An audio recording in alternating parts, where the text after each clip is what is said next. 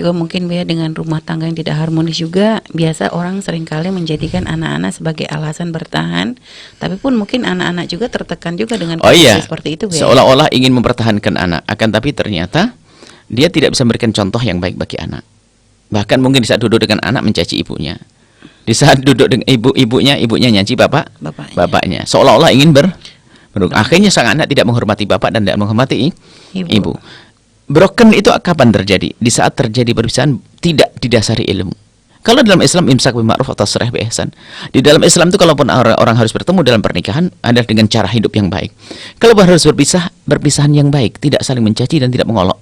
Bahkan semua berjanji komitmen bahwasanya sebagai seorang mantan suami akan mengatakan pada anaknya, "Wahai anakku, ibumu adalah ibumu, gak akan pisah sampai kapanpun. Memang dia pisah dengan aku, tapi dia adalah ibumu." Seorang ayah harus mengajari anaknya harus baik dengan ibunya. Seorang ibu mengajari anaknya harus baik dengan bapaknya, sehingga tetap menjadi anak berbakti pada orang tua. Tapi kenyataannya saat ini enggak.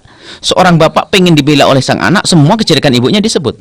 Seorang ibu pengen dibela oleh anak, semua kejelekan ayahnya disebut. Akhirnya apa? Anaknya tidak pernah menganggap bapak ibunya baik. Karena apa? Jelek semuanya. Akhirnya tidak ada penghargaan. Rugi semuanya. Itu namanya broken. Dan dengan kondisi seperti yang tadi sahabat hamba Allah di Lombok ini, untuk anak apakah lebih baik ikut bersama ibu atau bersama ayah? Seandainya terjadi perpisahan. Dia terjadi perpisahan, itu dibawa karena ibunya juga tidak ada di sini. Ya. Dibawa dan cari istri yang kira-kira bisa muliakan anak Anda. Artinya bukan Anda gandrung lalu menikahi seseorang, ada pertimbangan. Suatu ketika ada seorang menikah dengan Rasulullah, mengadu ke Rasulullah, saya menikah dengan seorang janda saja Rasul. Kenapa?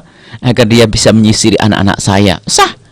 Anda menikah bukan saja untuk diri Anda, tapi untuk anak-anak Anda. Itu boleh-boleh menikah saja. Bukan hanya mengejar, wah ini itu, tersiksa. Apalagi gandrung sebelum pernikahan, tersiksa lagi orangnya nggak bisa membantu, nggak bisa diajak kerjasama, repot. Jadi Anda menikah, misalnya seorang laki-laki menikah atas dasar memang untuk sama-sama tolong menolong, bukan hanya sekedar. Kadang-kadang ini orang terlanjur senang mencintai kawan lama, teman reuni, nggak pernah mikirkan kehidupan setelah pernikahan itu apa sih.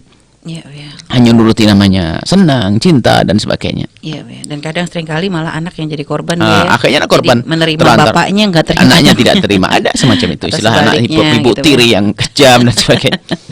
Baik, Bia, subhanallah, Bia, terima kasih Bia atas jawabannya.